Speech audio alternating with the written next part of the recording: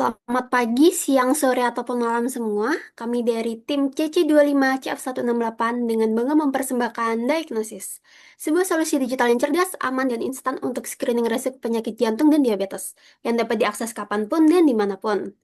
Tim kami terdiri dari 6 orang. 3 orang dari jalur machine learning, yaitu saya Vanda, dan 2 rekan saya, Septi Isdayana dan Diana Mulhima, serta 3 rekan saya dari jalur front-end dan back-end engineering, yaitu Sila, Merita, dan Alia. Di sini kami didampingi oleh 2 advisor, yaitu Bapak Agung Kurniawan untuk Aksbes Teknik Backend dan Bapak Immanuel Abraham untuk bidang ide dan bisnis. Dalam presentasi kali ini kami akan menyampaikan dalam 7 bagian, yaitu latar belakang, alasan proyek dikembangkan, produk serupa dan posisi diagnosis, hasil dan fitur diagnosis, jalur machine learning, infrastruktur front-end dan back-end, serta dokumentasi dan demo. Nah, ini bagian pertama. Menurut World Health Organization pada tahun 2023, 5 penyebab kematian tertinggi di Indonesia itu stroke, serangan jantung, diabetes mellitus, tuberkulosis, dan sirosis hati. Data ini menunjukkan bahwa penyakit tidak menular, khususnya penyakit jantung dan diabetes, menempati posisi yang sangat dominan sebagai penyebab utama kematian di negara kita. Selanjutnya, studi oleh Wahidin et al. Pada tahun 2024 memproyeksikan bahwa prevalensi diabetes di Indonesia akan meningkat drastis dari 9,19% pada tahun 2020 menjadi 16,09% pada tahun 2024. Bahkan angka kematian akibat diabetes ini diperkirakan mencapai hampir 1 juta jiwa di tahun yang sama. Hal ini tentu sangat mengkhawatirkan. Nah, selain itu, berdasarkan penelitian Ramadan et al. Pada tahun 2025, ditemukan bahwa 74 pasien itu diabetes tipe 2 yang di Surabaya mengalami dislipidemia, kondisi kadar lemak darah yang tidak normal. Hal ini secara signifikan meningkatkan resiko penyakit jantung koroner dan memperkuat fakta bahwa penyakit-penyakit ini saling berkaitan serta bisa memperparah kondisi satu sama yang lain. Nah, data dan studi ini menegaskan bahwa deteksi dini penyakit jantung dan diabetes adalah kebutuhan mendesak, bukan hanya untuk individu, tapi juga untuk sistem kesehatan secara keseluruhan.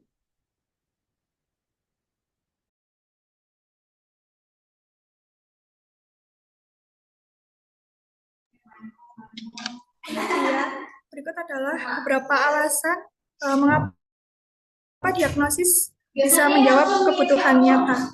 Yang pertama adalah hambatan akses dan finansial. Kemudian yang kedua adanya kurangnya kesadaran dari masyarakat. Kemudian yang ketiga adalah isu privasi dan keamanan data. Selanjutnya, hasil yang sudah ada, yaitu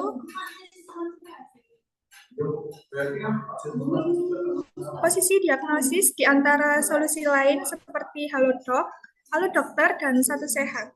Yang pertama adalah pengelolaan data. Platform-platform tersebut mengandalkan proses server-side, artinya data pengguna dikirim dan diproses di server mereka, sedangkan diagnosis memproses seluruh data langsung di perangkat pengguna, sehingga tidak ada data pribadi yang dikirim atau disimpan di server, sehingga dapat menjaga privasi secara maksimal. Kemudian yang kedua, dari sisi cakupan penyakit. Produk-produk seperti Halodoc dan Halo Dokter menawarkan layanan untuk berbagai jenis penyakit, dari yang ringan hingga kronis. Kemudian yang diagnosis itu sebaliknya, yaitu kami menargetkan 2 penyakit tidak menular, yaitu diabetes dan penyakit jantung.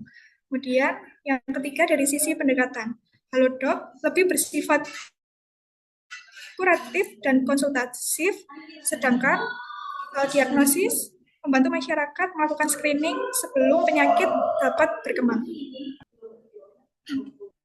Kemudian di sini diagnosis hadir sebagai solusi, yaitu sebuah aplikasi web cerdas yang menyediakan alat screening risiko penyakit jantung dan diabetes secara instan, gratis, dan aman.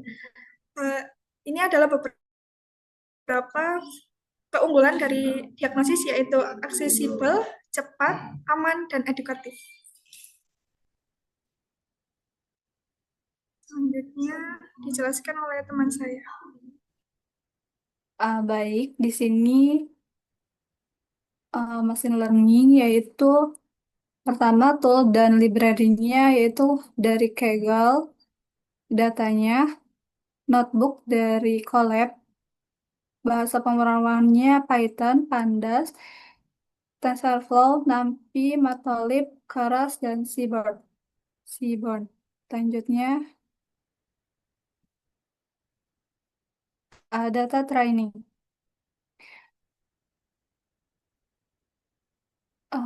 Tahap pemrosesan data, langkah pertama yang dilakukan itu membersihkan data dan menyiapkan data sebelum digunakan untuk pelatihan model. Kami menggunakan dua dataset utama untuk penyakit jantung dan penyakit diabetes. Selanjutnya,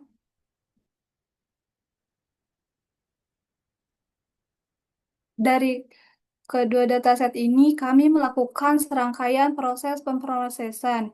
Yang pertama yaitu penghapusan duplikasi data, yaitu untuk mencegah bias pelatihan yang tidak perlu, menghapus fitur-fitur dengan korelasi rendah terhadap target variabel agar model lebih fokus pada fitur yang benar-benar relevan, mengoptimalkan memori dilakukan dengan mengubah tipe data dari float 64 menjadi float 32 atau ini akan menjadi proses pelatihan lebih efisien. Yang terakhir yaitu penanganan outliner, terutama pada kolom seperti BMI, menggunakan metode clipping. Ini juga dilakukan kami untuk menstabilkan distribusi dan mencegah nilai ekstrim memengaruhi bobot pelatihan. Selanjutnya yaitu fitur selection. Kami menggunakan tiga metode seleksi fitur berbeda.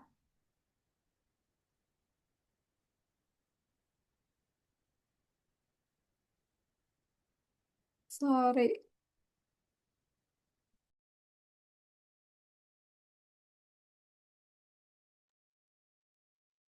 sebelumnya dulu.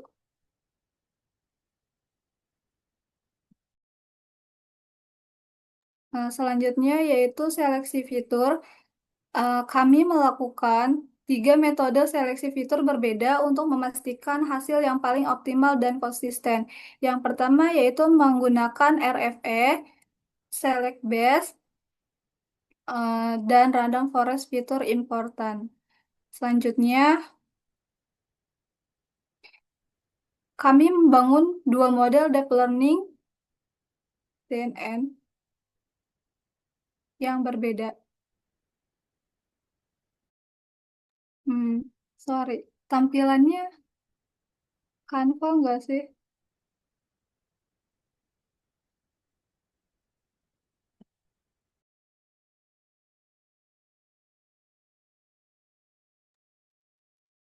Oke, di sini ada arsitektur model deep learning, depth neural network. Kami membangun dua model depth neural network yang berbeda arsitekturnya tergantung pada kompleksitas penyakit yang diprediksi. Yang pertama, model prediksi diabetes terdiri dari tiga hidden layer, masing-masing dengan sejumlah neuron yang dioptimalkan melalui tuning. Kami menambahkan batch normalization pada setiap layer untuk mempercepat konvergensi dan menjaga stabilan distribusi nilai input. Ditambahkan juga dropout layer dengan rasio tertentu yang membantu mencegah overfitting dengan cara mematikan neuron secara acak saat training. Yang kedua yaitu model prediksi resiko jantung, menggunakan arsitektur yang lebih ramping dan efisien karena datanya lebih bersih dan fitur yang relevan lebih terfokus. Meski sederhana, performa yang sangat tinggi berkat pemilihan fitur dan processing yang matang. Kedua model ini menggunakan fungsi aktivasi ReLU pada hidden layer dan sigmoid pada output layer karena kami melakukan klasifikasi biner yaitu resiko tinggi atau tidak terhadap penyakit. Selanjutnya, pelatihan dan evaluasi model. Untuk memastikan pelatihan yang optimal, kami menggunakan strategi early stopping dan validation split. Hasil evaluasi menunjukkan performa yang hampir sempurna dengan akurasi 98,7% dan AUC mencapai 99,8% untuk menunjukkan keandalan yang sangat tinggi. yaitu untuk memprediksi penyakit jantung. Selanjutnya, hasil evaluasi menunjukkan bahwa model prediksi diabetes mencapai akurasi sekitar 74,1% dan AUC sebesar 81,2% dengan rekal yang tinggi dalam mendeteksi penderita diabetes. Kami juga menggunakan metrik lain seperti Cancer Metric, Precision Recall, dan F1 Score untuk analisis lanjutan selama eksperimen. Selanjutnya, setelah deploy, setelah model berhasil dilatih atau diuji, kami menyimpan 3 format utama untuk berbagai kebutuhan, yaitu TensorFlow Saved Model, Keras File, dan TensorFlow JS Model. Selanjutnya,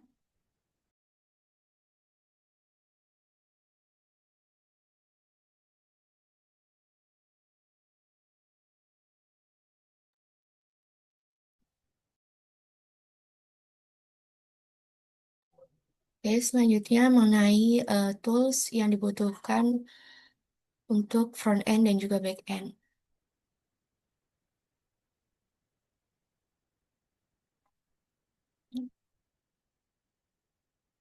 Nah, di sini tools yang dibutuhkan untuk front end dan juga back end yaitu ada dari sisi back end yaitu ada Visual Code. Visual Code ini dipakai untuk menjalankan atau membuat kode dari sisi back end untuk mengerjakan API dan juga server yang dibutuhkan untuk menghubungkan website dari segi front end dan juga back end. Kemudian di sini ada Netlify. Netlify ini dipakai untuk melakukan deploy website agar website tersebut dapat diakses secara online. Kemudian yang ketiga di sini ada Node.js. Node.js ini dipakai untuk menjalankan JavaScript dari sisi server yang dipakai untuk membuat API, mengelola database, dan juga menangani request ataupun respon dari klien. Kemudian yang keempat di sini ada Postman. Postman ini dipakai untuk menguji setelah kita membuat server ataupun membuat endpoint API, maka akan dilakukan yaitu pengecekan atau menguji dan melihat respon dari API bisa menggunakan yaitu request, get, post, put, delete, dan kemudian akan menambahkan authorization dan header sesuai kebutuhan API. Kemudian selanjutnya akan dijelaskan oleh rekan saya yaitu mengenai tools yang dibutuhkan mengenai front end. Dari sisi front end, kami menggunakan 5 tool. Yang pertama ada Figma. Figma ini kami gunakan untuk mendesain tampilan aplikasi diagnosa. Selanjutnya ada HTML untuk mengimplementasikan kode-kode yang kami buat untuk dari hasil Figma tersebut. Yang ketiga ada JS dan yang keempat ada Visual Studio Code, yang terakhir ada CSS untuk mendesain dari tampilan website yang kami gunakan dan atau memperindah dari tampilan yang kami gunakan. Selanjutnya akan dijelaskan oleh teman saya.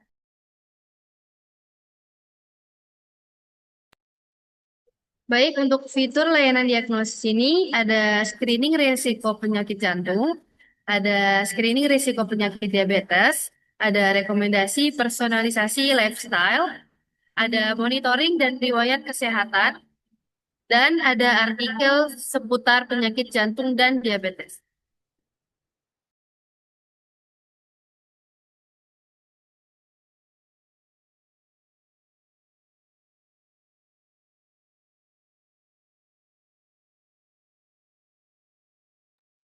Kemudian selanjutnya ini merupakan video demo dari aplikasi atau website yang sudah kami buat.